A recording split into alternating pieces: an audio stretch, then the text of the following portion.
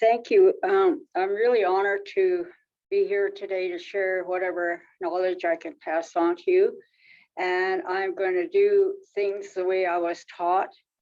Um, we always open with a prayer, and I'm not going to go on and on with my prayer. I'm just going to say, Creator, give us a good day and a good afternoon and keep us safe. And we thank you, Creator.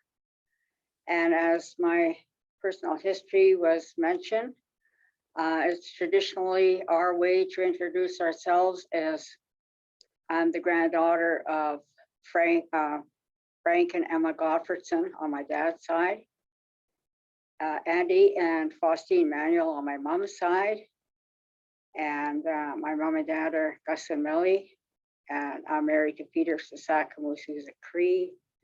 I have a son, Dean, who is married to a beautiful lady sitting beside me. If I could pick a wife for my son, I couldn't do better.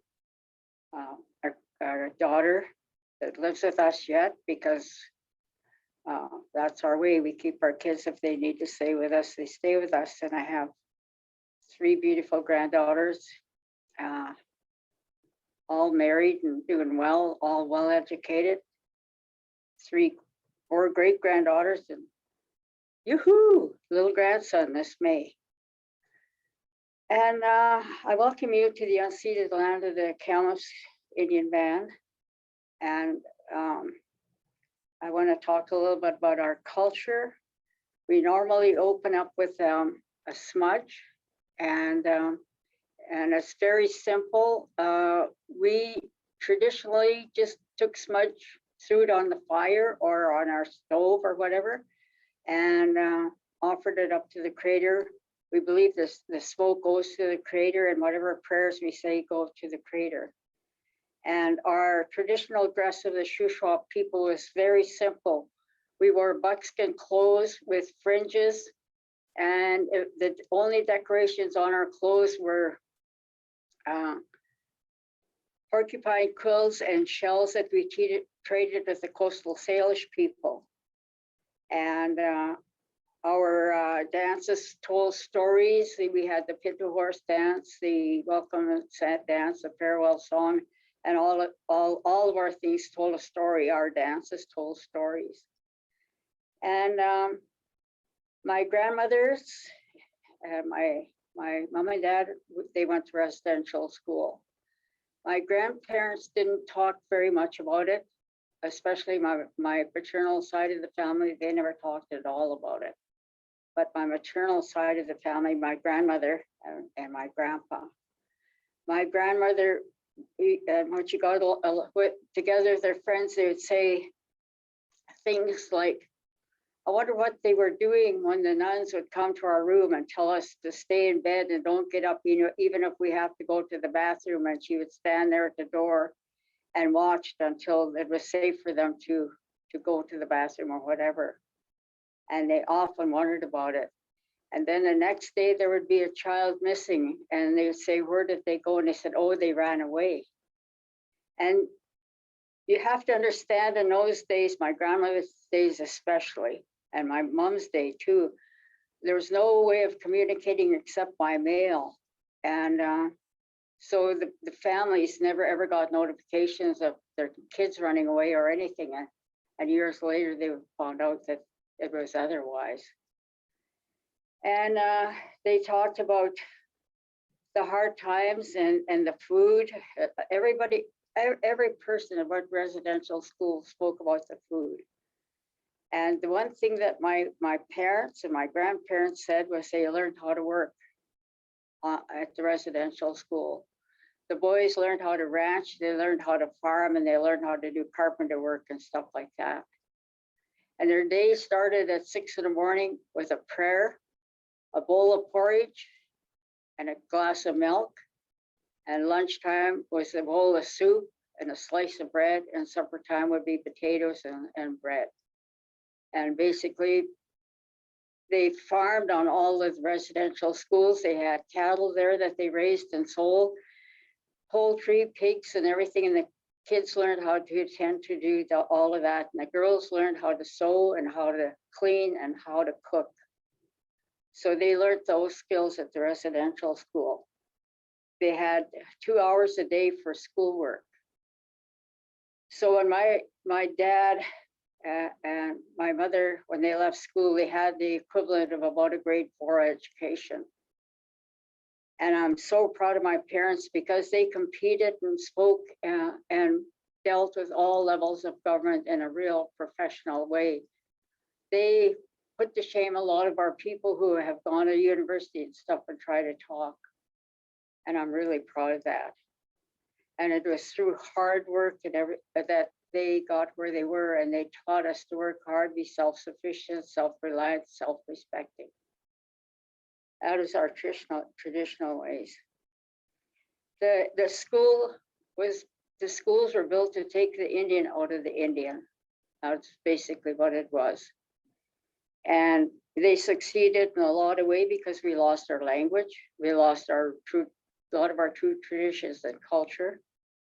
And it's coming back very slowly, but some of our dancing and stuff, we've adopted from the Plains Indians or the Southern American Indians. We don't keep our old dances of telling stories and doing our own thing anymore. My mother was the last person that did that. And the other thing that the residential school taught the people how to do was how to steal. And they stole to feed themselves. And I've heard so many stories about they would be harvesting apples and weren't allowed to eat apples or whatever, and how they would sneak down and they'd put a nail and they'd hit the apple and pull it up, how they would get a taste of an apple every once in a while. So it wasn't a good time for us, and I don't see us healing. I know it won't be in my generation. It probably won't be in my children's or my grandchildren's. And that's a real sad thing that I think about and look at every day. My parents are both political activists. My dad was president of the North American Indian Brotherhood, and he took me with all the meetings that he went to, him and my mother, because my mom went with him to every meeting all over British Columbia. And they got really active after World War II, because when our war vets came back, they had no place to stay, and they weren't allowed on a reserve because they left the reserve to fight for Canada. You could not leave the reserve and you'd be taken off of the list.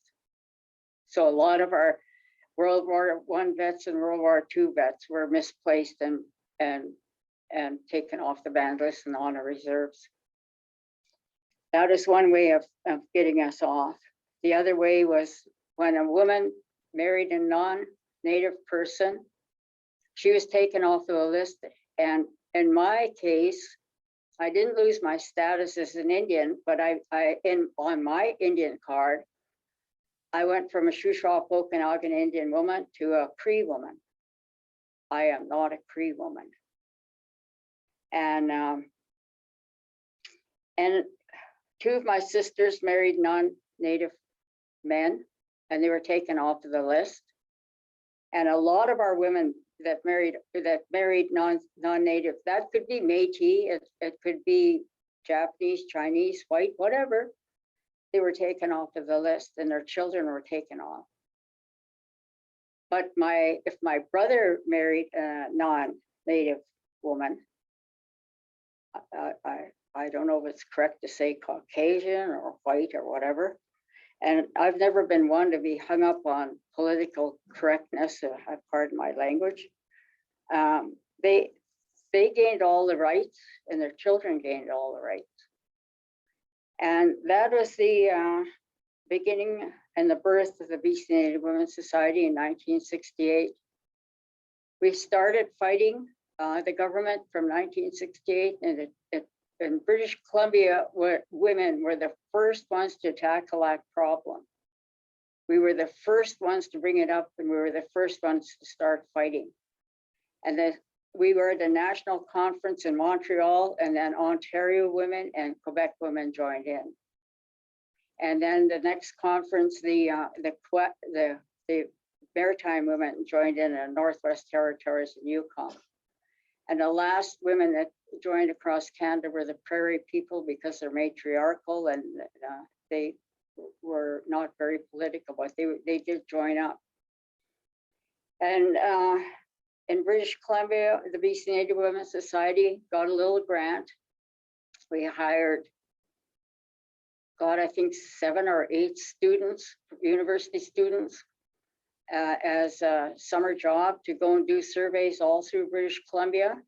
And the question was asked, do you think it's fair for First Nations women to be taken off the list of the bans and stuff? And we got a 78% agreement that it was wrong, and that it should be changed, that they should regain their status. And that was in the 70s when we did that. And we fought and we fought and we fought, and we went to so many levels of government and fighting it. And in the total province of the 192 bands, I believe, in British Columbia, 78 of the chiefs agreed with us. And the other provinces, the chiefs were the last ones to agree. And when we finally changed it and all the women start coming back, it was really tough for them, because there was no money in place for infrastructure for them to have homes and everything.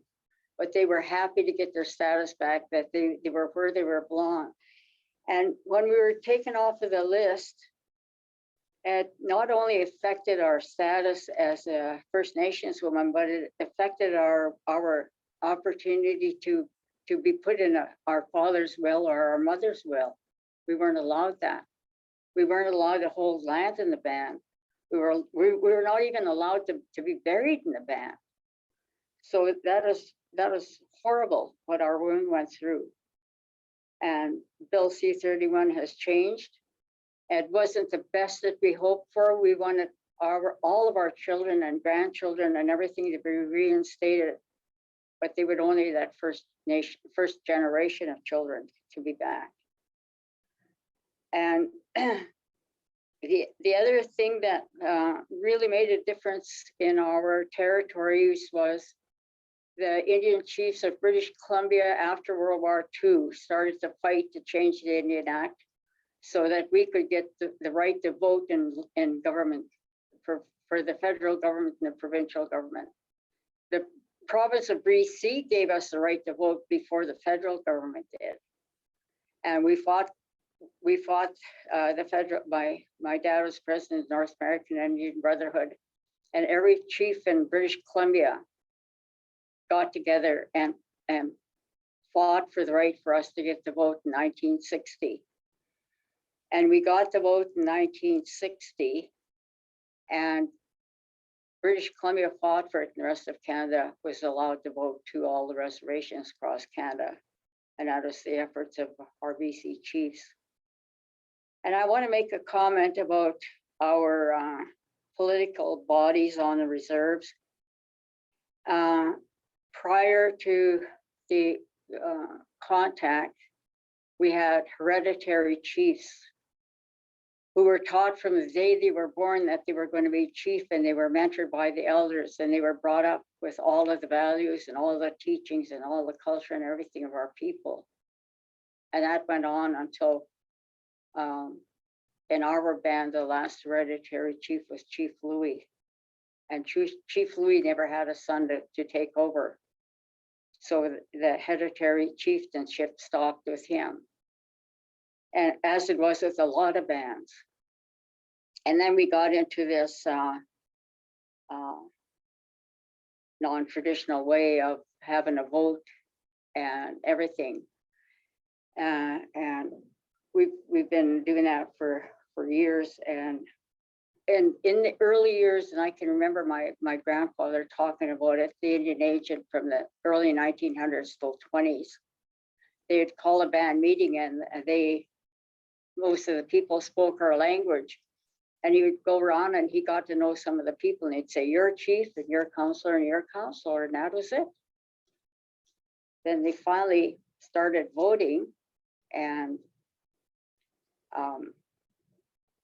we start, you know, like now we have votes on reserve, and it's just like a federal or provincial election or city election. So that was a big change in our life. It took away a lot of our culture and traditions too. And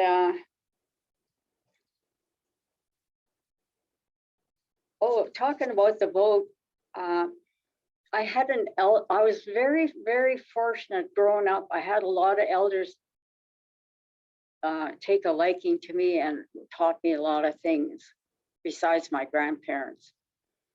One of my mom's uncles, his name was Basil Flardo, and he had these great big ledgers, and he recorded every band meeting that we had, every election the band had, and everything. And he did it verbatim, and he had these great big binders, and he would do it, and he noticed me listening, because all of the children went and sat in those meetings and listened when I was growing up. And he'd say to me, what did they say, niece? And I'd tell him. He was testing me all these years. And when the elections came, the Indian agent would say, who's going to run for chief? And then he'd name names, and they'd say, well, who votes for this guy? And he'd count, and he'd tell me and I'd tell him, and he'd write all the names down, who voted for each one. And then the Indian agent would say, well, you won. The guy he wanted to win, and he'd get up and say no. So and so, these are the people who voted for the chief, this one and this one. And he was a real tough old guy, and he made me sit there every meeting helping him. And he said to me one day, he said, you know, Muriel, he said, one day you're going to run the elections on a reserve when we get the right to vote. And I laughed at him, and I said, oh, okay, uncle, you know, I never thought anything of it. And 1968, when he got the vote, he said, you go and get that job. Well, I did go and apply, but they hired a white person to come and run the election, and I was sort of the secretary to that person. I did that for 3 years, and then the chief and council said, we want her to run the elections here. So I ran the elections from 1960, and I got stuck in running in them this year, the last election. So 61 years I ran elections on a reserve, and I said I quit. And Jeff Collier, who's the head of the provincial government election things in Kellam, said, you're finishing here, you started at the feds, you're finishing with the feds. And I'm finished, and they're not going to get me back.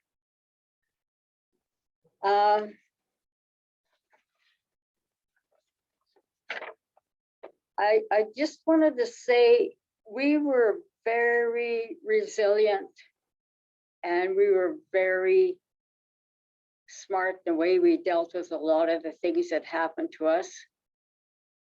But we didn't have the means to get our message across to everybody. I remember my dad talking about his great grandpa, who was the hereditary chief in Vernon. And when the Indian agents started coming and making stuff, he took all of his followers and he went up into the mountains and stayed up in the mountains, and they lived up there peacefully. And he told me that his grandpa taught all the traditional stuff and everything to the people that lived up there, and they lived very well on that mountain. And in the early or late 1980s, I guess this sheriff from California was chasing some train rustlers up into Canada and got lost and ended up there, and asked if he could live there for the winter. And they said, yes, but you have to realize you can't, you follow our rules here. And he did. And he learned how to speak the Okanagan language and translate to them. And when the Indian agent finally found them and came up there and was trying to make them go down, he translated to them in Okanagan, and he'd tell the Indian agents, they don't understand or whatever. They played a lot of tricks and they stayed up there for years and years. And then he wanted to marry my great grandmother, and the old chief said, well, you know our ways, you know our language, you know how to hunt and everything. Now you got to get me 12 horses or whatever it was. And he did. He went and rustled horses, and he married my great grandmother. And my great grandpa said to him, you're going to get married by our medicine man. You're not going to get married by a man wearing a black dress. So I'm very proud of my ancestry for having that.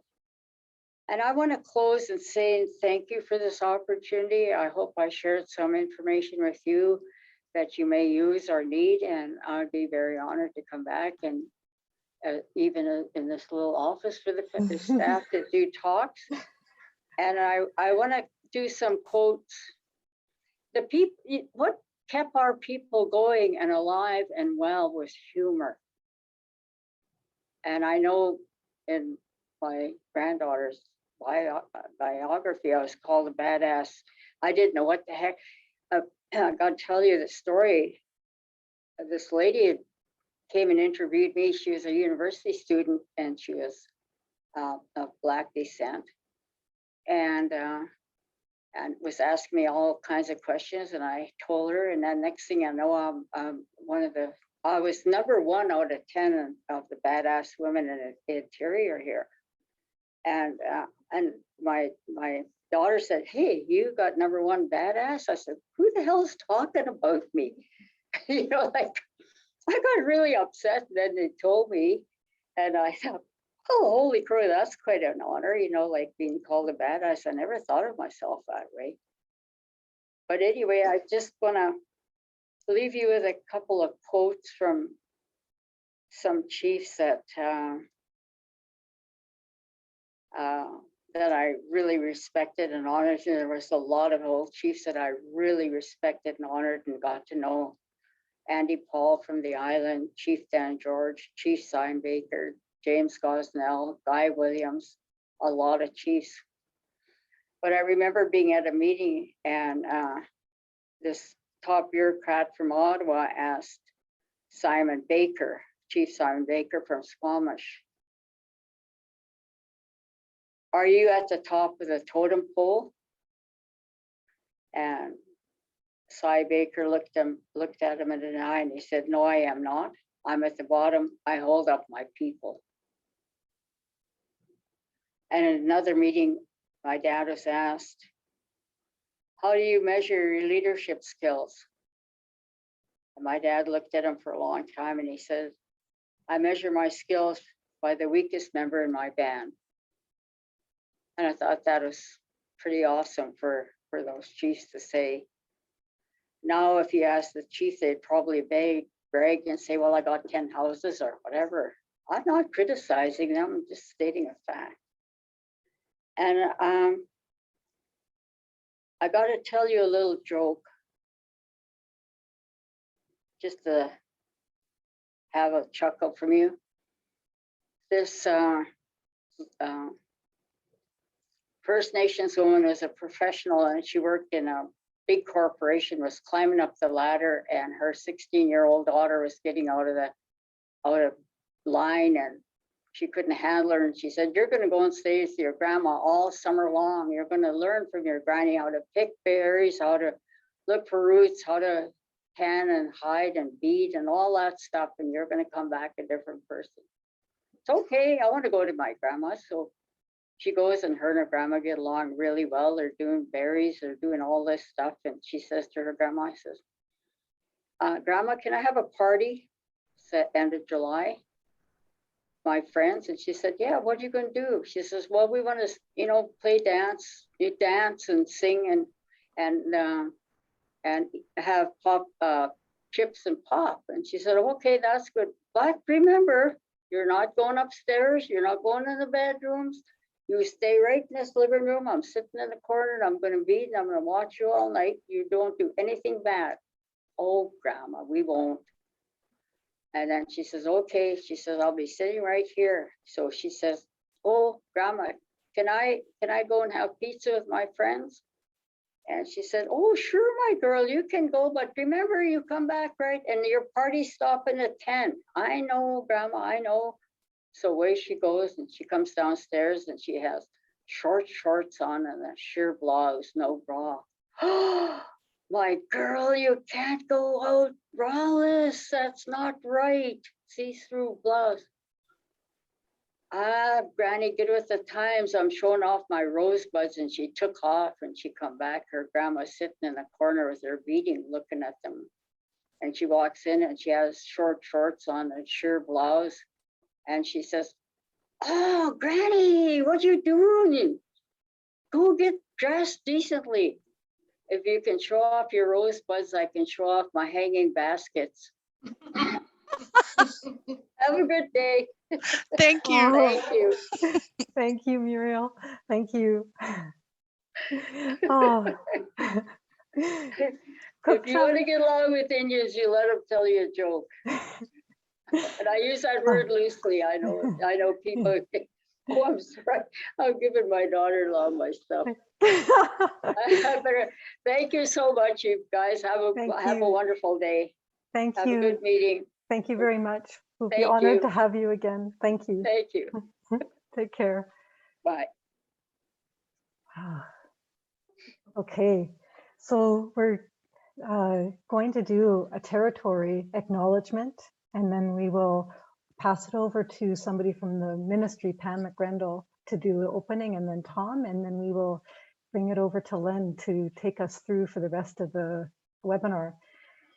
This territory acknowledgement that I'm doing actually comes from Len. He does a teaching on how to do a territory acknowledgement, so I thought it was perfect that we do that today. So if you just want to kind of sit back, relax, kind of reflect and think about where you are in your neighborhood right now. Are you on Tecumseh Nation? Are you on the unceded territory of the Coast Salish, Squamish, Musqueam, Tsleil-Waututh, Sea-Shelt Nation, Willowatt Nation, Stolo Nation, wherever you are throughout the province, just kind of sit and then think about where it is that you go. Where do you unplug, de-stress, disconnect from the chaos of life? Where is it that you go to get away from all of the cars, the streets, the glass, houses, and big buildings? Maybe it's out to the ocean, maybe the green space, maybe it's a park, maybe it's hiking in the woods. And then think about that, wherever it is that brings peace in your life. And when you think about those feelings that come up, you know, we are giving thanks and we're recognizing and honoring the land on which we live and play.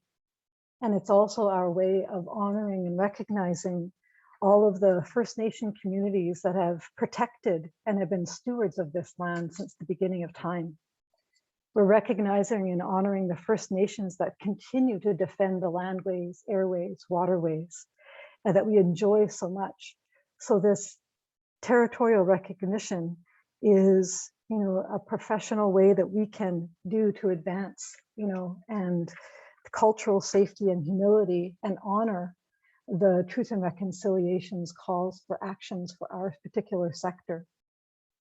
So with that, I would like to recognize and honor, you know, that we are here all together today to learn and to share and to work. And that I am on the traditional unceded ancestral territory of the Coast Salish people, the Squamish, Musqueam, and Tsleil-Waututh. So thank you for taking care of the land as long as it is. And you know, here we are today with you know, to kind of look at next steps that we can go forward for truth and reconciliation for our history together. And as we go, we have many people on the call. We have our Indigenous partners, Shuswap Nation Tribal Council, Access. We've got Vancouver Friendship Center here. We have also our Work BC partners. We've got all of them here with us today. And then we also have people from the ministry attending. and we've got the Ministry of Social Development and Poverty Reduction. And Pam McGrendel is going to do opening remarks from the ministry. She's the Regional Executive Director of Employment and Labor Market Services Division. So thank you so much for agreeing to do some opening remarks, and I will pass it over to you. Thank you, Pam. Thank you, Christine. I hope people can hear me okay. It's an absolute honor to be here on behalf of the Employment and Labor Market Services Division with the Ministry of Social Development and Poverty Reduction. I know it's a bit of a mouthful. I'm calling to you, calling in from the territories of the Kwantlen, Katzie, and Semiahmoo people. 4 generations of my family have settled in this territory, and I'm grateful to call it my home. Trust and reconciliation is one of our priorities in the division. This means working in new and different ways. We know we have a lot to learn and even more to do. This is an individual and collective journey that we take together, and I'm learning with you. So the types of events that ODG is doing is so important to help us work and learn together. Thank you, Christine, to your team for your great work on this. These types of events are so critical for us. I'd also like to thank Muriel for her stories and sharing her story with us. That certainly means a lot. So thank you for doing that. I've gained a lot already. Really looking forward to this session and spending the afternoon interacting. And I don't want to take up a lot of time. I want to get to the good stuff. And with that, just a sincere thanks again. And I'd like to pass it off to Tom Burnell, the CEO of the Open Door Group. Thank you. Can everybody hear me okay? Hi, I'd like to welcome everybody and say good afternoon. I'm happy to welcome you all to this very, very important event. I'm hearing that we have about 280 attendees that have signed up from the ministry, from Open Door Group, from our community partners. Employers have joined us today across BC. I also like to thank Elder Muriel for her insightful stories and her joke, and also Pam for joining us in this event. June of this year, the federal government passed legislation to mark September 30th, 2021, which is tomorrow, as the National Day for Truth and Reconciliation. In August, the province of British Columbia followed suit, recognizing this as a day of commemoration in the public sector. And just to put that in context, approximately 150,000 Métis, Inuit, and First Nations children were sent to residential schools between 1860 to the 1990s. So thousands of lives have been impacted through forced segregation. So we take this special time to recognize and commemorate the legacy of the residential schools in Canada. This is really our opportunity to honor survivors, their families, communities, and ensure that public commemoration of the history and legacy of the residential schools remain a really vital component of the reconciliation process. And it's really my honor to introduce Len Pierre. We are making intentional space to listen and learn about the heartful journey towards reconciliation. In his presentation, Len will kindly let us know more about himself, where he comes from, his unique journey. But I've been given the privilege of highlighting a few notes, and I'll make this as short as I can. And Len will actually probably introduce himself much more fully. But Len Pierre is a Coast Salish from Katzie First Nations, and he is an inspired and educator, consultant, TEDx speaker, which I didn't know until yesterday, social activist, traditional knowledge keeper, and cultural practitioner. So a lot of stuff there. Then completed his Master's of Education degree from Simon Fraser University, focusing on curriculum and instructional design. His experience includes Indigenous education and program leadership to various health organizations, First Nations Health Authority, Fraser Health Authority, Canadian Center for Mental Health and Addictions, and I can go on and on. His mission is to lead and advise systemic transformation in universities across North America. So with that short introduction, I'd like to thank you, Len, for joining us today, to share with us your knowledge, stories, and guiding us on how we can all reflect, learn, and think about truth and reconciliation. So welcome. Hi, Chika. Thank you so much, Tom, and thank you both, Tom and Pam, for your opening remarks and demonstration of your leadership for being here and holding a little bit of space. And definitely, hi, Chika. Thank you so much to Christine. It has been such a joy and honor to work alongside you. Christine and I have been meeting a handful of times leading up to today, and every time we talk and laugh and joke around leading up to today's event. And Haichka to Muriel, Elder Muriel, for that is an incredibly hard act to follow. And I'm going to find some way of getting badass written into my biography. So Ace Whale, good day, everybody. Mietsep Huahuilam, good day and welcome. Thank you so much for taking the time to be here. I know that each and every one of you do incredible amount of work for the communities that we all serve. And it is no small thing that, you know, you have hit that register button, click that accept to the invite to be here today. Your being here, you know, is a sign enough that you want to be here, that you're willing to be here. You're willing to sit and listen and learn and be present. And so I don't take it lightly that you know, there are a couple hundred of you being here. And I just want to raise my hands to each and every one of you. For whatever it is that made you want to be here today. I just want to say from the deepest part of my heart and emotion, thank you, Haichka. So a little bit about me and how I kind of came to holding this space and talking about reconciliation for a living. My name is Len Pierre. My ancestral name is Palikuluk, and I am Coast Salish from Keitsi First Nation. And I'm really more of a teacher by trade. And that's kind of how I cut my teeth and started my career. And I say that's how I'm able to hold this space is, yes, I have my master's, working on my master's. I'm almost done. I'm in my final semester. So I got about 2.5, 3 months left. And then I'm done school for a while, even though, you know, education really is lifelong. But the formality of getting that credential has been a piece of work. So I'm really excited for the last couple of months and then put that down. You know, while I have my professional training in my career and in my professional experiences, I think that my ability to sit here and hold space really does come from my cultural background and my people background. And when I say my people background, I mean my experience in being able to sit with beautiful elders like Muriel, who have incredible amount of knowledge and wisdom that they are able to share, you know. And I have once upon a time, you know, sat in well over 125 First Nations communities in this province.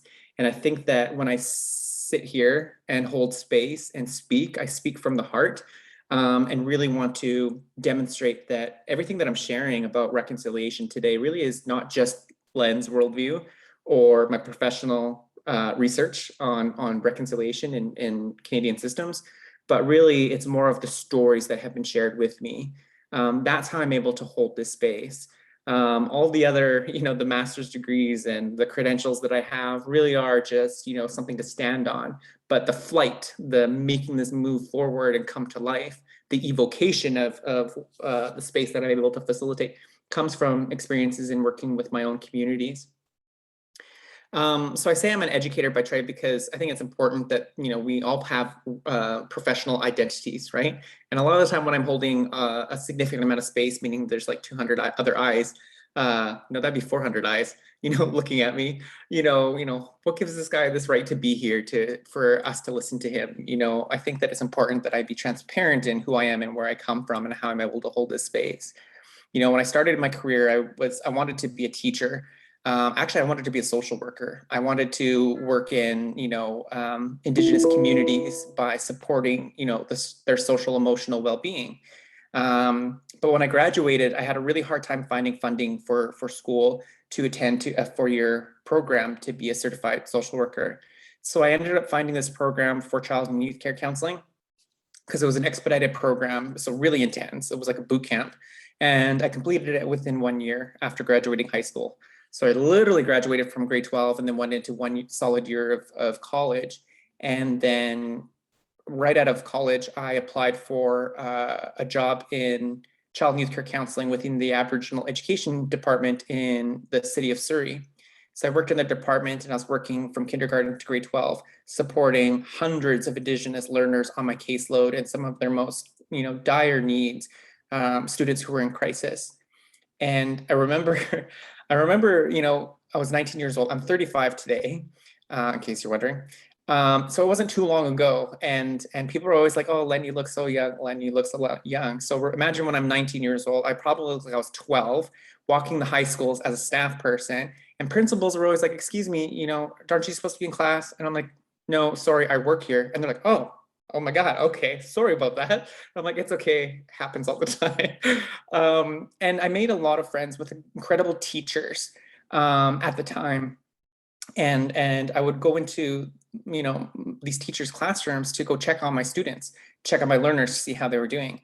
And they're like, "Len, do you want to take over the class and like tell us about what it means to be a Katzie person or Katzie history? Anything you want to share?" And I was like, "Sure, I would do it." And so I go into the front of the class, and I love that feeling of having 20 to 30 young minds, growing minds, those sponges in front of me, and asking incredible questions like what drumming and singing is, what's the role of elders, what's fishing like on the Fraser River, And so I love that. And the teachers told me, they're like, "Oh, Len, you're so good at that. You should go back to school and get your teaching degree. We need more Indigenous teachers." And I was like, "Oh, okay." So I did. I enrolled into the UBC Native Indian Teaching Education Program. It's a 5-year program to train educators in how to be a good educator, and get your certification. And within that, I attended 3.5 years of solid, intense study. And then I dropped out.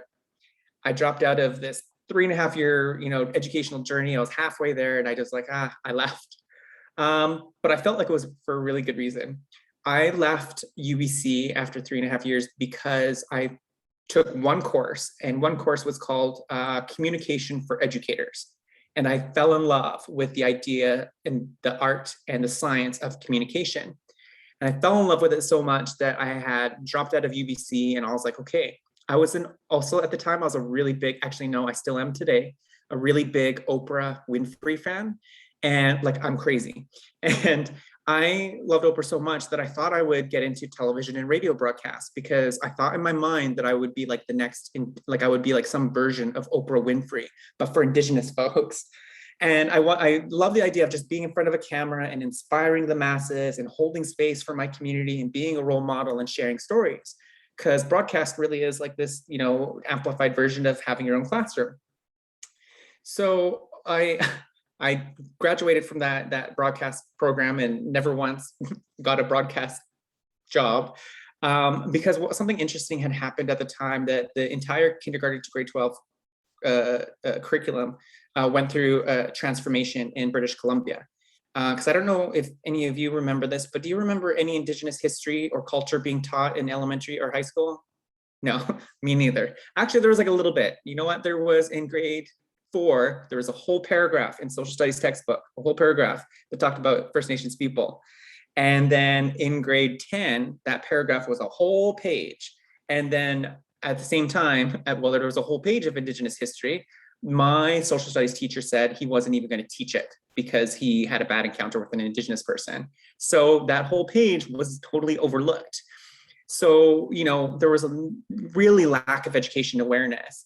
And that curriculum had gone through transformation in 2013, 2014, 2015, where it was now not just in grade 4 and in grade 10, it was embedded from kindergarten all the way to grade 12, which is a huge step in the right direction, because now we're addressing all of these different things that we've never even had the opportunity to learn.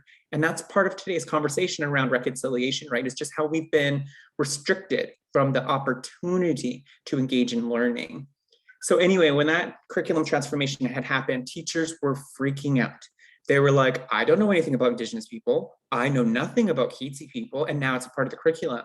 And, myself as an educator at the time, like many other educators, were like, "Okay, don't freak out." People are like, "We needed a public awareness campaign. We need a professional development campaign." I'm like, "No, we need a don't freak out campaign." What happens when we don't know how to teach something? We research and we learn how to what we know, what we don't know, so that we're in a place of teaching it. So anyway, I was called back right after I graduated from my television and broadcast diploma. I was invited back to the school to go help this curriculum survive and thrive and kind of take off. So I did that, and I worked more in education, and I didn't end there though, because I also fell in love with the idea of working in health and wellness.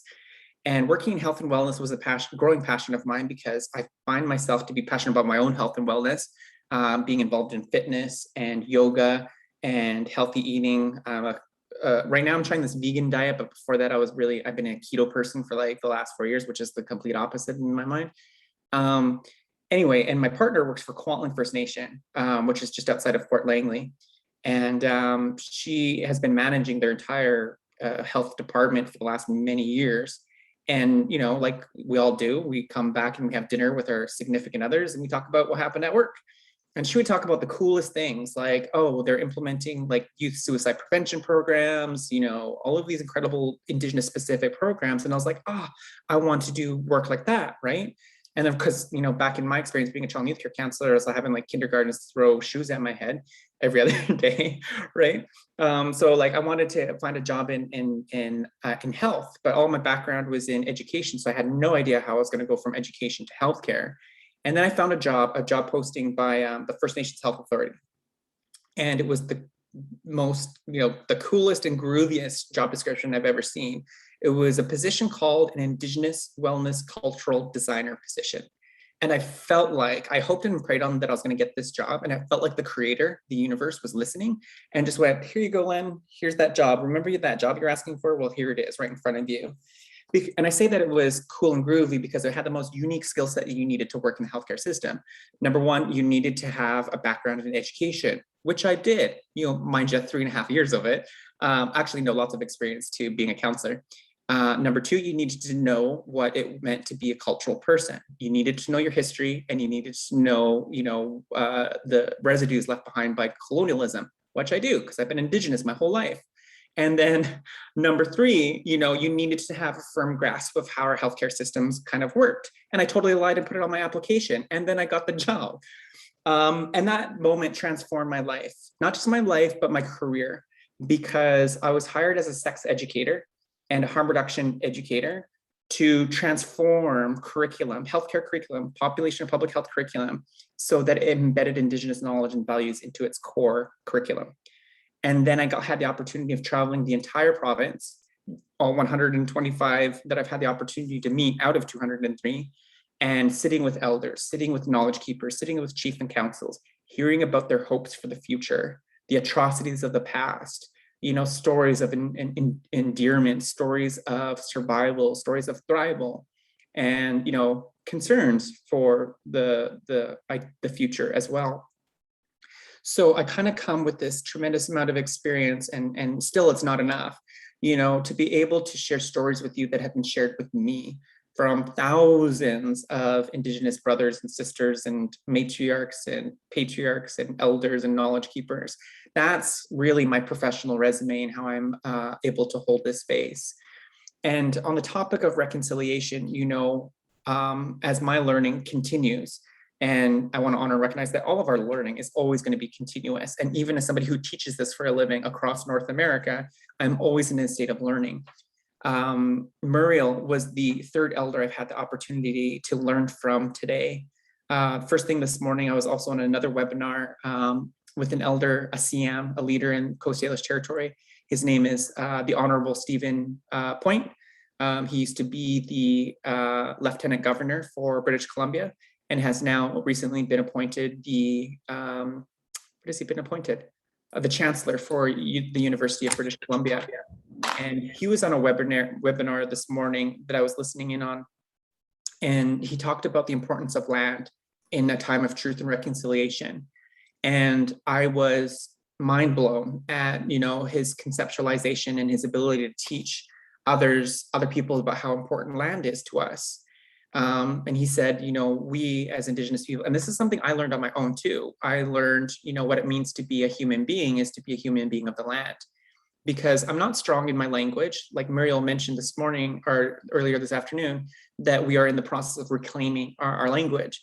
And I remember being like 18 years old and asking my elders, what did the word human being translated to into our traditional language? And they said, oh, it means Hwamach. Hwamach means human being. I was like, oh, thank you, I'm gonna go teach other people about this. And they're like, no, get back here. And I was like, oh, okay. And they're like, that's like the literal translation into a non-Indigenous word, human being, meaning kwomok. And they're like, but to really internalize what that word means in terms of our meaning of the word human actually means human being of the land. And if we can just internalize a proportion of that, that our identity is, is nothing without the land, that our identity as a human being is to be a human being of the land, that the land is our mother, that the land is our creator, the land is where we come from, and one day we will return to. So the value of land and the way you look at land in your mind drastically transforms. And if we can teach our children about Indigenous relationships to land and territories, by the time, and they understand it, by the time they become the next prime minister, the next minister or mayor or business leader, CEO, we will drastically transform how all of our relationships are to land. Because it's no small thing that we have this era of truth and reconciliation. And it's no small thing that our land, the country, is on fire, right? If we look back to this crazy summer that we have had, it's been on fire, right? All the smoke that has been going on. I know that there's a lot of folks in the interior that are on this call, right? This is a part of that conversation as well. And the learnings that I got from Stephen Point this morning, he conceptualized this in such a beautiful and eloquent way, and I don't know if I'll do it justice, but he taught us that, as Indigenous peoples, we didn't have graveyards. We didn't bury people in the ground. At least in Coast Salish territory, what we did is we hung them in the cedar trees. We hung them in the trees in sacred areas. And then of course, when their body starts to go back to Mother Earth, it'll go into the earth. And then we'll go back into those trees 1 year later and then gather the bones, and the bones would go into a cedar box. And if we ever moved, that cedar box would move with us until a time that it was come to let go of that box. So, and when we have children that are born in Coast Salish territory, the placenta and the umbilical cord that's cut from the baby's belly is also returned to the earth. So no matter where your 2 feet are planted, if you look down at where your feet are, you're standing on our ancestors, right? And if we can conceptualize that the land is our ancestors, how can you ever own your ancestors? How can you ever sell your ancestors or treat them in a way that would be disrespectful, like building a pipeline over them or putting a dam around it? Do you know what I mean? Like, this is what I'm saying by like, how do we internalize just this proportion that we are standing on our ancestors? It's such a beautiful way. And I say that because, there's so many ways to look at reconciliation. And a big part of our work today is to not apply it with a single lens. It's not just about land. It's not just about human rights. It's not just about, the Samad call of action. So I'm distracted because somebody's sharing their screen. What I encourage us to do is not apply a single lens to the conversation of reconciliation, but rather this holistic lens, one holistic lens. Not what are we going to do in our organization, not what I'm just going to do with my family or my friends or my children, or what I'm going to ask the politicians to do, or how we're going to embed this into a 5-year strategic plan or a mission or a vision or a goal, but how do we apply a holistic lens that is sustainable, meaningful, and rooted in justice doing? That's the kind of essence and spirit that I wanted to kind of open with. And so I recognize that we only have about an hour left, and I'll give us a little bit of a wellness break in there. And then what we'll do is we'll kind of come back and have a greater discussion. I'm happy to answer any questions that anybody might have. As somebody that has been talking about this for, the best part of the month, I've picked up a lot along the way. And I think that, I would really like to emphasize that nothing is off the table for discussion, that this is the safest time to ask questions, that, you are our team members, you are community members, you are in your safe space. I will be, long gone after this meeting. And I think whatever we can do to make the most of our time is for you to feel safe enough and comfortable enough and willing enough to answer some good questions, because there's no such thing as a silly question. If we think back to just, I just asked everybody, how much have you been exposed to Indigenous history and culture in your education or your formal career? And everybody's like, well, not very much. Well, then this is the point that we can address that, right? Because you have a knowledge keeper, an educator in the room. Don't feel as if you don't know enough to ask the question. Please feel safe. I've answered all kinds of questions over the years, and so I just want to make sure that you feel safe enough and respected enough, because I welcome you and invite you to lean into the conversation, because your participation ultimately matters at the end of the day. So before we take our break, actually, no, let's take a break right about now, and then I'll do a bit of a presentation. So it's 3:01, and I know because I've been drinking this much water for like all day, and like this is my third one. So I kind of have to, step aside for a little bit of bio break, a wellness break. So let's come back at 3:07. 3:07, sound good? Okay, thanks everybody.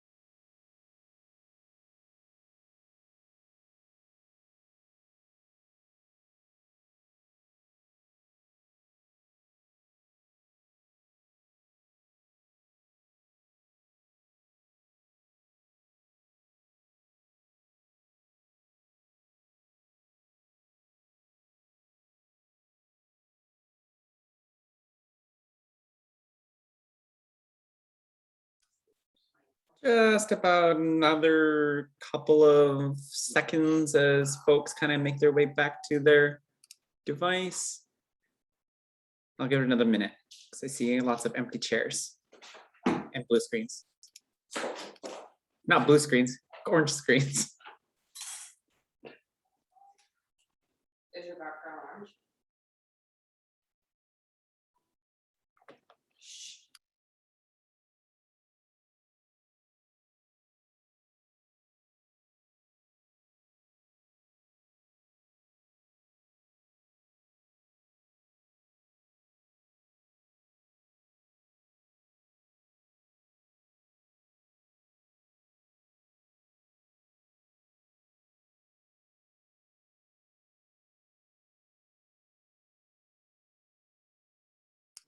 Okay, it is 3:07. Why don't we go ahead and get started?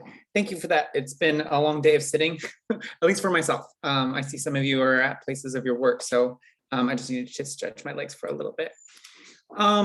So as I get into the conversation, I do want to do a little bit of intention setting, that we are going to talk about colonialism, racism, discrimination, and prejudice in the colonial state of Canada.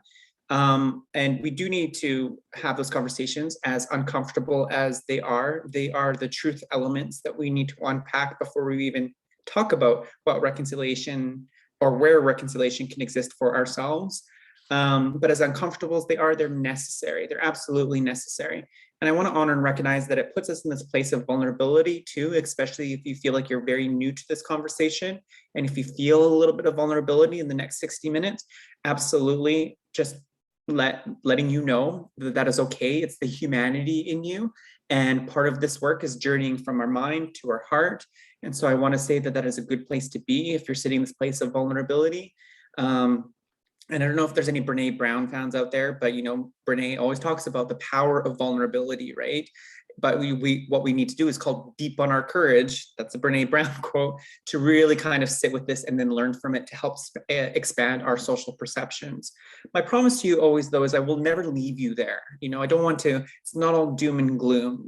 There's not just light at the end of the tunnel. There's light that is happening in this tunnel on the journey towards reconciliation. So it's always my intention as an educator and a knowledge keeper and a speaker to create a safe space for learning that is reflective, respectful, and of course, reciprocal, because your participation, I also validates, my presence here as well. And then of course, equips me with more knowledge to be able to continue the good work with other organizations, other communities moving forward. So heights up, SCM, thank you all for that. The first thing we need to talk about in reconciliation is why Indigenous specific. So why Indigenous, why reconcile? And I say that because, let's be honest, reconciliation and Indigenous specific issues kind of bring up these questions like, well, why do Indigenous people get special treatment? Or reconciliation is why do we need to reconcile with Indigenous folks? Because we're here now in today. It's not about the past, it's about the future. These arguments, these counter arguments that we have in the Indigenous community, which really are just resistance, right? So if you ever encounter this why Indigenous specific in your professional practice, or even in your personal spheres of influence, I always say, and I only offer this as a tool and strategy that I use. If I'm ever met with, well, why Indigenous specific? Or they say things like, why Indigenous specific? We're a multicultural society. So for all cultures, right, Len? I'm like, no, Indigenous specific. Or they're like, oh, we're a multicultural society. So for all cultures, or regardless of culture, right? I'm like, no, Indigenous specific. So watch out for that in your professional and personal spheres of people who want to move away from Indigenous specific, because it's like, no. Reconciliation means right here and right now. Let's not lose sight of this. But to counter that narrative, if you feel safe enough and comfortable enough and willing enough, say Indigenous specific rights mean Indigenous specific strategies. We as Indigenous peoples here in the colonial state of Canada have specific rights that are recognized internationally through the United Nations Declaration on the Rights of Indigenous People, which is also being made into legislation here in British Columbia over a year ago. It's in our provincial legislation, and right now it's being embedded into national legislation. So that's my easiest go-to is why Indigenous specific, because we as Indigenous peoples have specific rights and rights. It's also important just to know for, why we're here, why we're having this discussion. The Indigenous population is the fastest growing demographic in Canada. Our population is booming at 4 times the rate of the non-Indigenous, our non-Indigenous counterparts. We also kind of, want to protect the integrity of ourselves, right? We all want to be good human beings. So engaging in reconciliation is part of being a good human being, doing it because we know it's the right thing to do, not because somebody's watching, so also our professional integrities, right? And the integrities of our institution or organization or our team. Organizations really are just people. Organizations have their personalities, they have their own characters, they have their values and a vision, and they have a culture. So we engage in this work because it's the right thing to do, but we want to protect our own integrity, right? It will benefit the future and the society of others. It addresses the forced erasure of Indigenous peoples. When we lean in and participate and have a discussion, we are actively reducing that erasure of Indigenous peoples. And it's important to recognize that we all operate in a colonial system, and we all play in it as well. So it's about justice doing versus negligence, right? We can't afford to be, bystanders in this very important work moving forward. And I think that, the vast majority of Canadians being bystanders has led to a lot of the atrocities and state violence that has happened against Indigenous peoples. And lastly, I think I'll say is that, nobody's going to do this work for us except ourselves. So we need to think about that a little bit. Nobody's going to come tell me what to do. Nobody's going to come do the work for me. So where do I kind of look within my sphere of influence where I can embed reconciliation moving forward? And I just invite all of us to think about that, right? Keep that in the back of our mind that nobody's going to do this for us. So what is my next best move? My next best move. Yes, organizations and people are going to try and do these widespread organizational strategic things, but never lose sight of what is the next best step for me on your path to reconciliation, because eventually, all our pathways are going to kind of merge into one single one. But because there's the spectrum of knowledge and awareness and readiness and safeness to engage in reconciliation, we're all going to have different pathways. So the biggest part of walking away from today, I hope that you can feel like you have the permission and the invitation to do, is exploring always this idea of where reconciliation can exist for me. And that is going to help you put one foot in front of the other.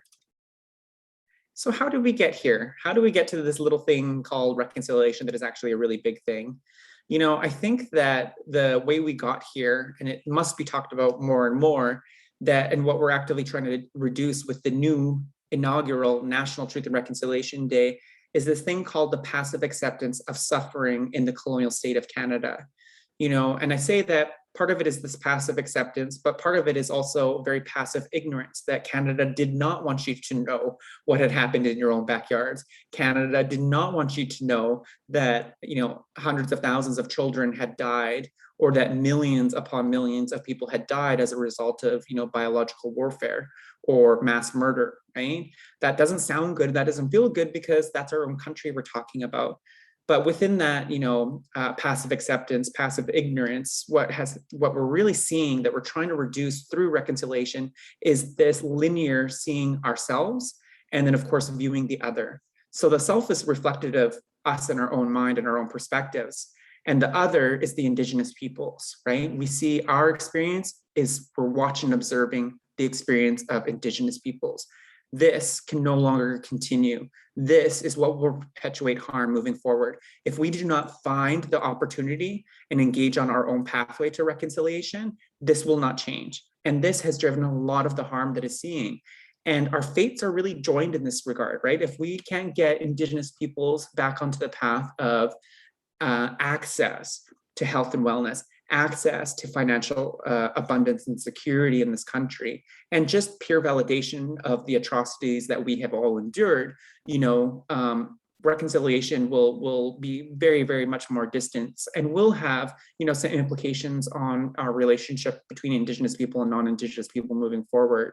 So what I think happened was back in June 2021, when the Indian residential schools, massive unmarked graves were found, 215 children were found and recovered, it shook this whole linear process up. It shook people up, and they're like, what do you mean there was residential schools? What do you mean there was graveyards in those residential schools? And it's like, no, before the shovel hit the dirt to build the residential school, in the blueprints, they knew where they were going to put the graveyards because they knew children were going to die. They expected children to die because they did starvation experiments in some of the residential schools, right? And then exchanged that knowledge and information from those experiments to Nazi Germany. So, and I say it was a recovery because for the world, it was a discovery. But for us, it was a recovery because we knew our children were out there. We knew that they were missing.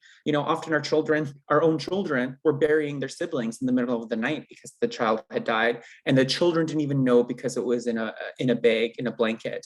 And the staff of the school would say, come on, you're digging a grave. They don't have no idea that they're building their own loved ones, their own relatives, and weren't even told that.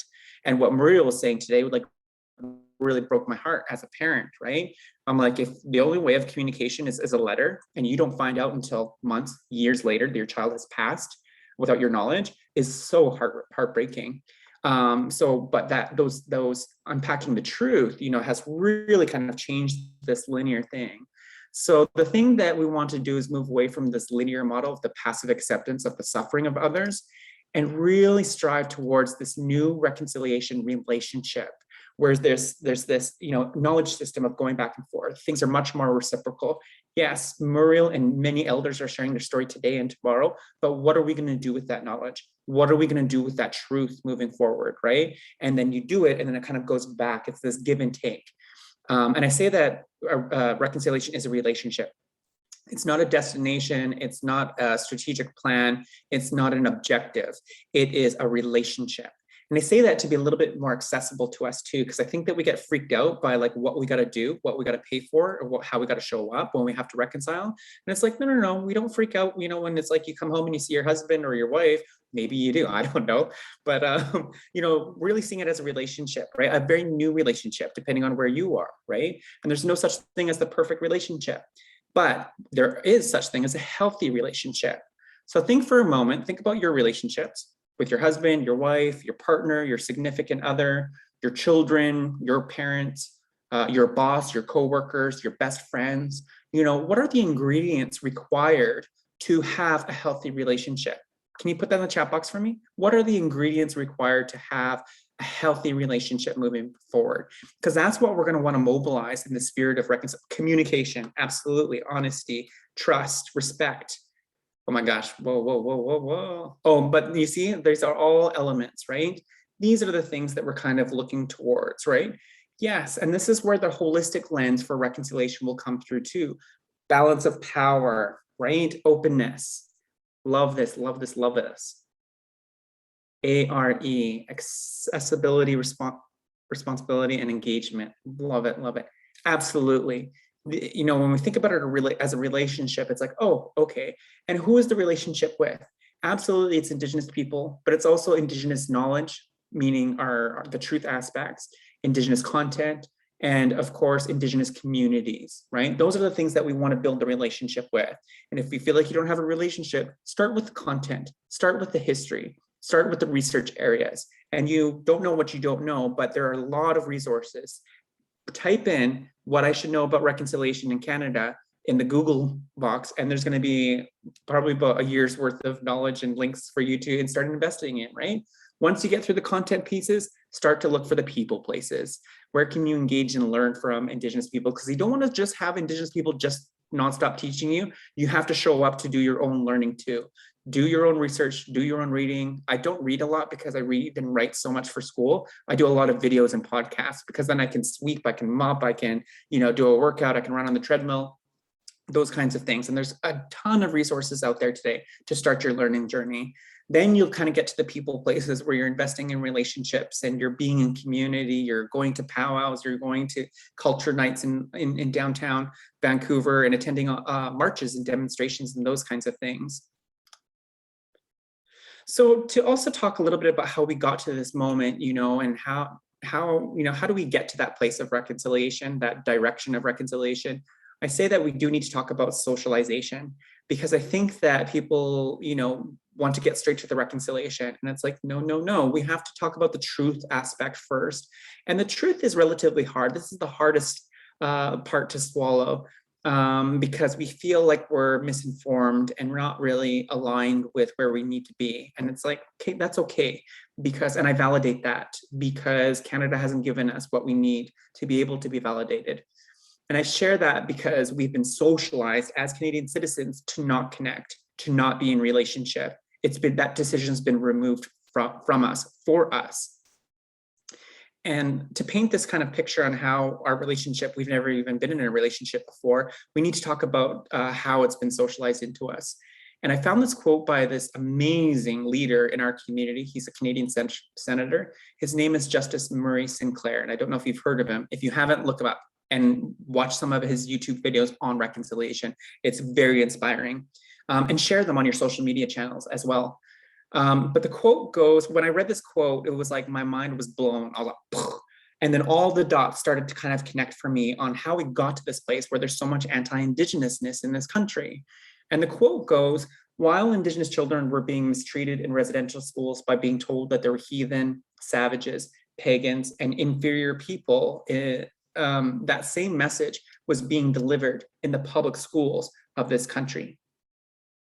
That has serious implications and ramifications for the future citizenship of Canada, that every single Canadian citizen through kindergarten to grade 12 was given the same message that Indigenous people were naturally inferior and savages.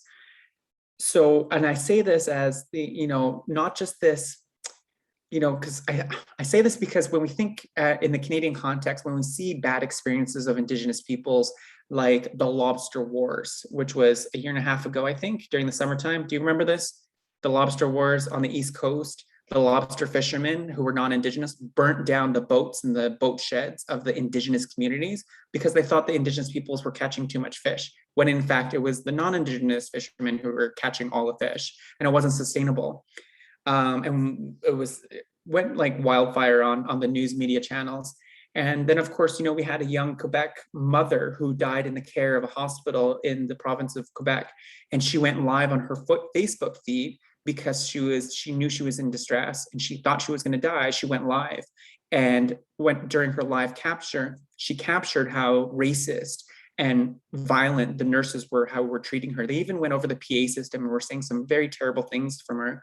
And then she ended up dying in care anyway. And again, it made news in media. And there's Colton Boushie, who died, who was shot on a non-Indigenous person's property, and there was no ramifications for that. So we see these stories that happen all the time, and we say, "Oh, that's a bad apple. That's an isolated event. That has nothing to do with all of Canada." And I'm like, no. Like, this is deeply embedded into the fabric of our society. We have trained and conditioned and socialized Canadian citizens to be anti-Indigenous. Why do you think Canada would want that? So that Canadian population could get behind the institution of Canada and see Indigenous peoples as the enemy, right? So it's not that there's bad apples, it's deep, this rabbit hole goes a lot deeper, right? And so that's what we're kind of encountering at this very moment. This is what we need to shift, is that narrative. The education system is doing a great job at doing that. We need to trickle this up and trickle this out laterally everywhere, right? That this is what we're recovering from. And I say that, Justice Murray Sinclair has another quote, because I'm a huge fan of his too. Brene Brown, Justice Murray Sinclair, I got lots of fans. Not lots of fans, I'm a fan of a lot of people. And I say that, his other quote that I use is, education got us into this mess, so education will get us out of this mess. And I think that's beautiful, because that's exactly what we're doing at this very moment. The chat box is like active and it's on fire, and that's my favorite thing to see, because it's telling me you're learning. It's telling me you're sharing what you have already learned. You're participating in this, and through your participation, you're sharing and spreading that energy for learning. Education, we're starting to do this. It's gaining momentum, and I hold that with a lot of hope and a lot of heart, that more and more of us are engaging in what this means to reconcile. And more importantly, what are those past atrocities that we've endured, like what has been highlighted here by Justice Murray Sinclair. Socialization also happens on these other areas, not just school, but our peers and our friends. the news, media and television, social media, all the never-ending myths that are out there about Indigenous people, like all Indigenous people are alcoholics, or Indigenous people don't pay taxes and they get free homes. You know, those are all just inaccurate disinformation. It's misinformation. And it exists because of colonialism and colonial ideology and Canadian socialization. Family narratives, segregation, and the forced erasure of Indigenous peoples. This is why we weren't in the textbooks. If we were in the textbooks, it was, you know, painted within the image here of being savages and pagans and inferior people.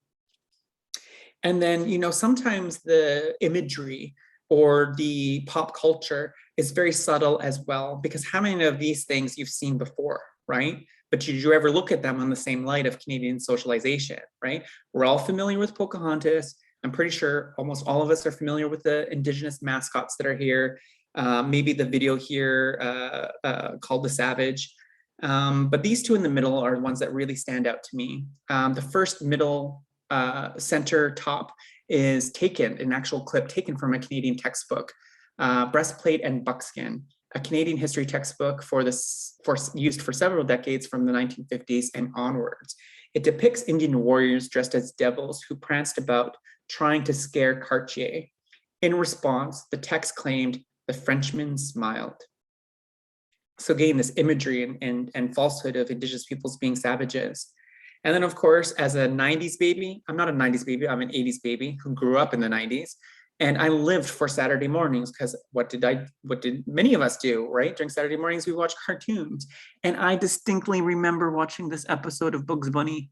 Bugs Bunny and the Looney Tunes was like my favorite show. And I didn't think anything of it as an Indigenous person, a young Indigenous boy sitting cross-legged on the carpet, eating my cereal, watching Bugs Bunny shoot a bunch of Indians. I never thought anything of it, nor did my parents for that matter. Now I'm like, kind of disgusted by it, to be honest. But I remember this episode, and this episode is where Bugs Bunny, as you know, the main character, is defending this fort somewhere out in the desert. And he's defending this fort from the Indians. And so the Indians are running around and riding around on horseback, trying to take over the fort. And I can't remember the story of why they're trying to take over the fort. Maybe they're trying to take their land back.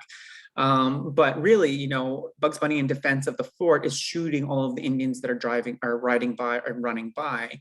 And as he's killing every single Indian, he's singing the song, 1 little, 2 little, 3 little Indian, 4 little, 5 little, 6 little Indian, and then marking down everyone that he is capturing or shooting and killing, which is completely dehumanizing of the original Indigenous, Métis, and Inuit peoples of their own lands and territories. So it's very, you know, it's in our faces. It's subtle, but it's there, and it is relentless. It was relentlessly programmed all around us, right? And we're thinking that we don't take this in, but if you've grown up with these images, you've been taking it in, right? This is socialization to a T. Think about how we socialize our boys and our girls in the colonial state of Canada, right? Or any modern developed world. We socialize our boys and girls, right?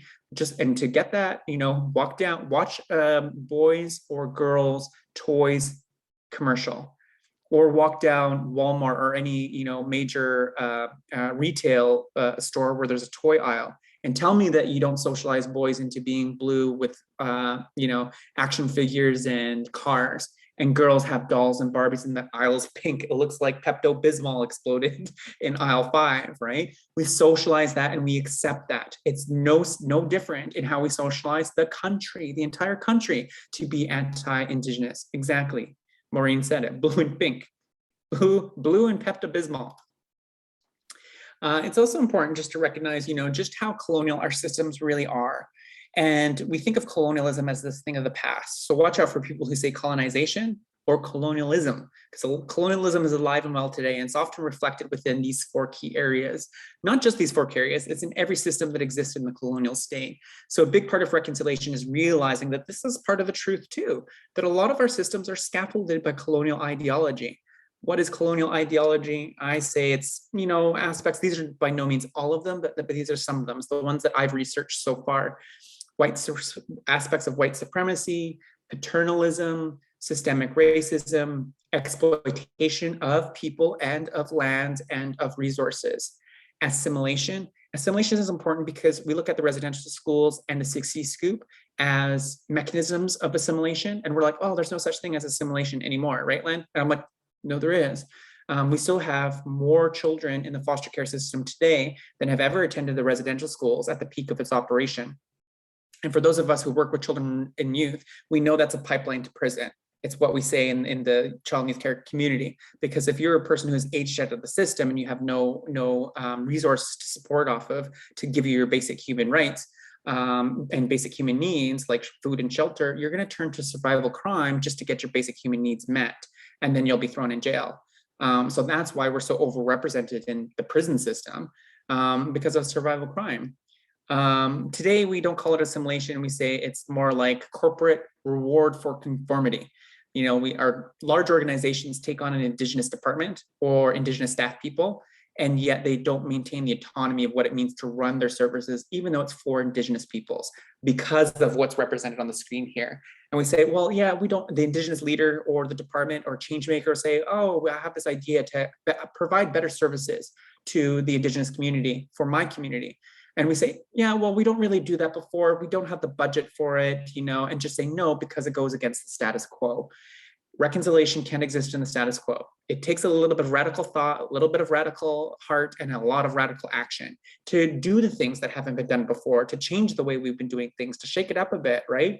And if we shake it up a bit, if we don't achieve what we intend to, like a goal, we're going to learn about how far we can stretch and blend and bend the system to work for us and the people. And I know I'm preaching to the choir because I know the work that you do. I know that you have boundaries. I know that you have parameters for the roles that you can do, and you can dream up a system that works better for you to be able to go do the work that you intend to do, the work that you roll out of bed every single day to do.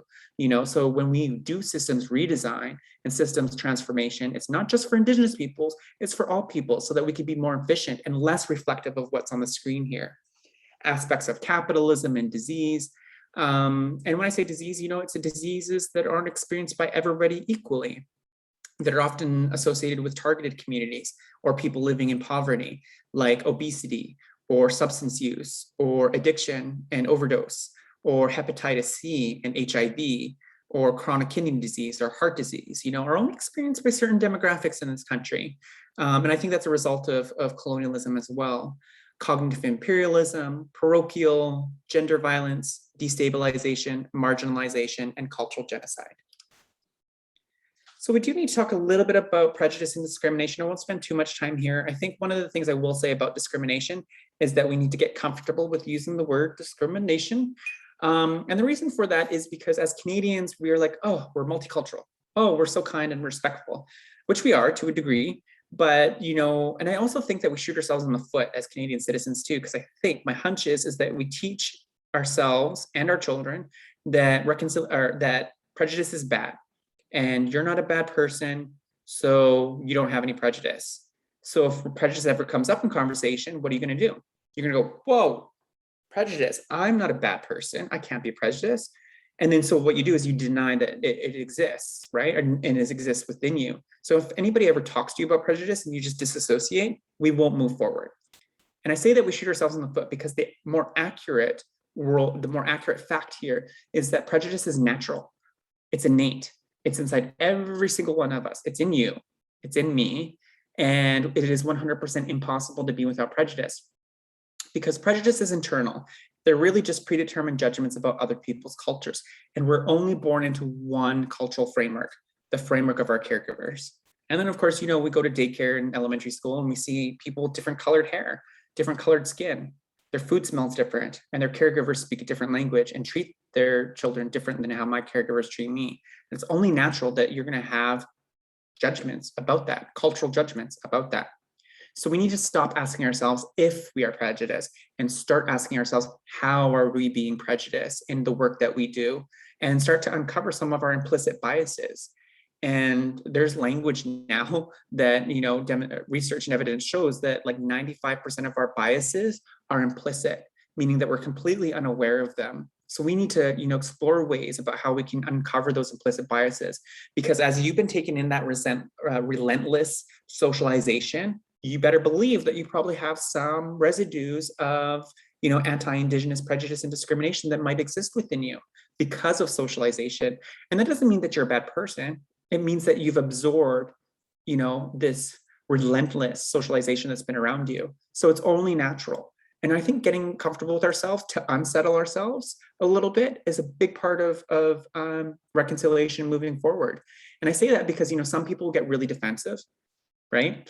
Or really resistant to the idea of reconciliation. And I know this because I released a reconciliation video last week, and it was like receiving lots of likes and shares and everything. And then the comments started coming in, and normally I'm met with acceptance and appreciation, and then the criticism started to come in, and I was like, oh my gosh, and outright racism. And because I don't want to perpetuate racism, especially if I have relatives of mine who are reading comment section on my YouTube, people are saying, and I'm just going to be transparent with you. This is the comment. I'm tired of hearing about reconciliation. I'm proud of what Sir John A. Macdonald did for this country. And I was like, oh, that is racism to a T. But what that tells me is that that person is so socialized that they feel like their identity is at risk here, and that therefore I'm being met with resistance. So I invite you to think of that, moving forward. And I'm not here for, the resistors and the naysayers and the racist folks. I'm here for the champions, the allies, like each and every one of you who have clicked and wanted to show up to be here, right? You didn't have to be here. You were invited to, and you showed up, right? Because people ask me that all the time, like, how do you deal with the naysayers? I'm like, well, actually, I don't. I don't, because I'm not going to put my energy into a conversation where that person isn't really listening or leaning in. So I'm here for the champions. I'm here for the allies, the people who want to engage in learning. The pathway to cultural safety, or the pathway to reconciliation, really is, I see in my mind, is deconstructing systemic racism by institutionalizing Indigenous cultural safety and humility. And so I say that because we all want to be in the same direction for reconciliation, but a lot of us don't even know where to even begin. So I say it begins with cultural safety and humility. And reconciliation is a journey, not a destination. It's a practice, and it's not going to be perfect. And that's a hard pill for us to swallow as professionals. We're driven by our sense of perfection, but reconciliation and cultural safety will never be perfect. And so if you find yourself waiting for the perfect time to get involved, to stand beside Indigenous peoples, it's never going to come. The moment is evoked in you when you have this willingness to engage, and always knowing that the perfect moment will never come. And it's a part of social activism training that, when we wait for the perfect moment, nothing will ever be done. If we all did that, if we all waited for the perfect moment, we won't move an inch. We won't move a millimeter or a centimeter moving forward for progressive change in this country. So I'm not going to spend too much time here. I want to get to some more of the juicier parts of reconciliation and leave room for at least a couple of questions in my mind. So there are some pitfalls to watch out for too, as we move forward and think about where reconciliation can exist for us personally, professionally, and in our teams and organizations. I invite us to think about these pitfalls. And pitfalls are kind of like, I've been, teaching this across North America for the best part of this month, but for the last couple of years as well. And when I talk about reconciliation and decolonization and Indigenous cultural safety and humility with my clients, sometimes they have started work before, and then all of a sudden it has, fallen through the cracks somewhere. And so I got to do some investigations with my clients. And I'm like, okay, let's find out where we lost it, back there. They're like, I know, Len, I swear, it was in these plans, it was in these documents earlier before, and I don't know where it went. And we go, here it is, I found it. And these are the 4 common themes that I found them where the reconciliation or cultural safety has fallen into. So I call them pitfalls now to watch out for. The first is equity, diversity, and inclusion models, also known as EDI. Now, I'm not anti-EDI. Equity, diversity, and inclusion models are great. They have their time, they have their space, but reconciliation and cultural safety cannot exist in the same container, in the same bucket as EDI models. And I say that because EDI models are nothing new. They've been around in Canada for over 50 years, and they have done nothing to advance Indigenous safety in this country, not once. And it wasn't even created for Indigenous people or for people of color in that matter. EDI models exist because of the gender gap we've seen in Canada 50 years ago between men and women. So EDI models are for women, right? And there's still a gender gap in, you know, a gender gap in our workforces today that we see, especially in places of leadership and governance. So EDI models are great, but don't put reconciliation in the same container. Otherwise, it'll disappear. It'll literally fall through the cracks, and you won't be able to find it again. And because EDI has been around for 50 years, I use the analogy of the flower box, right? I don't know if there's any green thumbs in the space here, right? But in 50 years, you know, EDI has like taken root and grown and bloomed and blossomed, and we've harvested from it, okay? Reconciliation is very new. Cultural safety is very new. These are less than 8 years old, 5 years old for cultural safety, and the seed has just been planted. And maybe there's like this little, do you see my finger? There's like this little thing, right? Is not even a leaf yet. It's just broken out of the seed by these initial discussions. It needs its own space in the sandbox to absorb nutrients, which is our time and energy and conversations.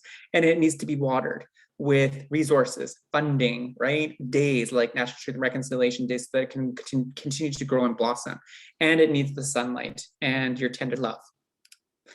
Multiculturalism, I hold in the very same light. You know, it's not that I'm anti-multiculturalism. Multiculturalism is great, also has its time and space, but it further erases Indigenous peoples because there's this narrative, but all cultures land. And I'm like, but we're a multicultural society, land. I'm like, Indigenous specific, always Indigenous specific, because by status quo, it'll just be erased, which continues to force that erasure, the long pattern of erasure of Indigenous peoples in this country.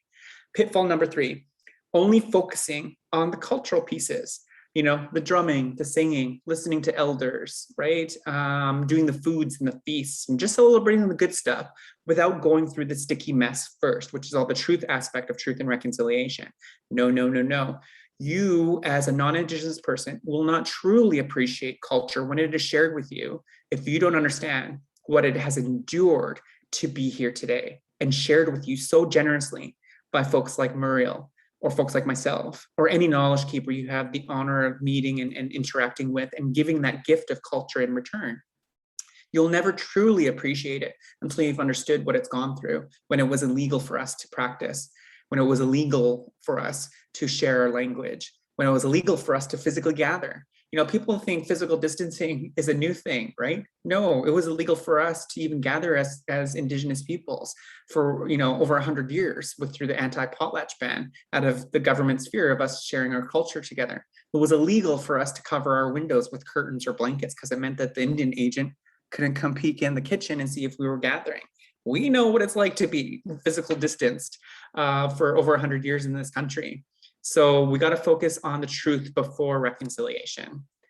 And lastly, I think I would like to offer the 4th pitfall is sensitivity versus advocacy. You know, a lot of people think that reconciliation and cultural safety is just about being a good person, being kind, being respectful.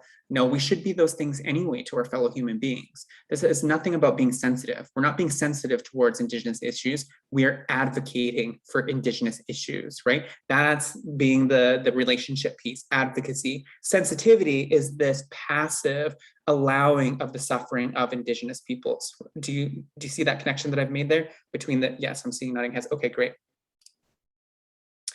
The last couple of principles that it takes for allyship, these are just things that I encourage you to think about. I've already talked about humility and courage and bravery, but I would like to talk about wisdom and I can't see the other one here. Wisdom and love. The principle of wisdom for reconciliation really is, you know, calling upon your experiences to build and appreciate new knowledge. If we don't have that much experience, your first step is to go and acquire some experience. You know, experience through books and research first on your own, then experience of people and knowledge and communities, going and getting into the land, going and getting into knowing the histories and the stories of your land, the lands that you live on, going and meeting with Indigenous elders and community members, going to powwows and culture nights and soccer tournaments and those kinds of things. And the 4th principle is the principle of love. Now, when do we ever talk about love in our work culture?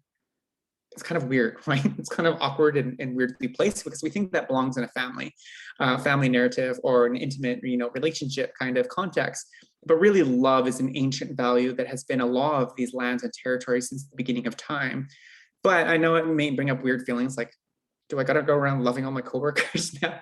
You know, call it love, call it compassion, call it care or appreciation, whatever it is. We must give ourselves moment by moment permission to live in the awkwardness of love for fellow human beings. And I know you mobilize this in your professional practices anyway, given the extensive work that you do for human beings. So stand with us tomorrow, wear orange. And I love when I seen all of your orange backgrounds and orange t-shirts, I was rather emotional at seeing. And then of course, there was like 4 screens and I clicked, I have a very large Mac computer, so I can see probably about 50 people per screen. And I went through and clicked, and every single one of you wearing orange shirts and orange backgrounds, I could weep. So thank you. Do continue it on tomorrow.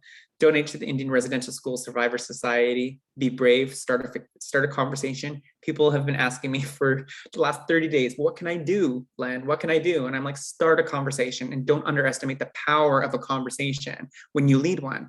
So at your next team meeting, at your next family dinner, ask the post to the group. Let's do a round table. Can I pose a question, a roundtable discussion? What does reconciliation mean to me?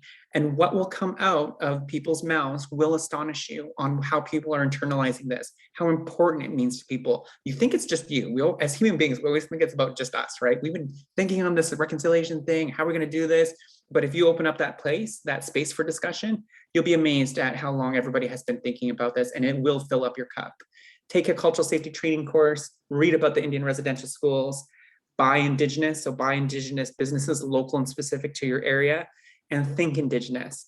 When I say think Indigenous, I mean start to research what it means to have an Indigenous worldview, and look at reconciliation as less of a thing that you need to work on for tomorrow, and really what you want to do for paving the pathway forward for the 7 generations.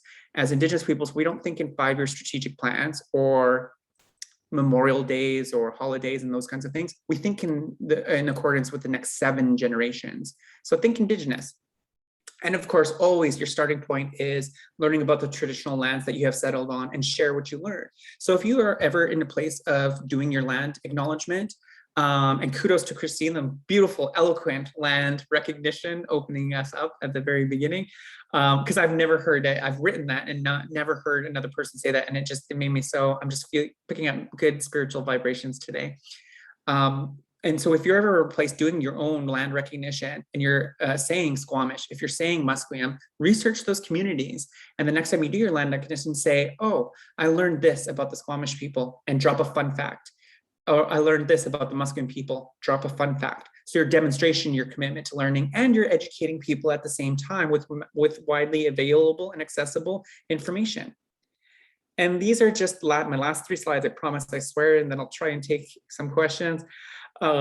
These are, and because I've been talking about this for the last month with thousands of like-minded, like-hearted individuals like yourselves, these are some really motivating and inspiring words I just wanted to leave you all with, that, you know, hopefully they validate some of the thoughts you've been thinking, feelings you've been having, and ideas for moving forward. Ally is an action word.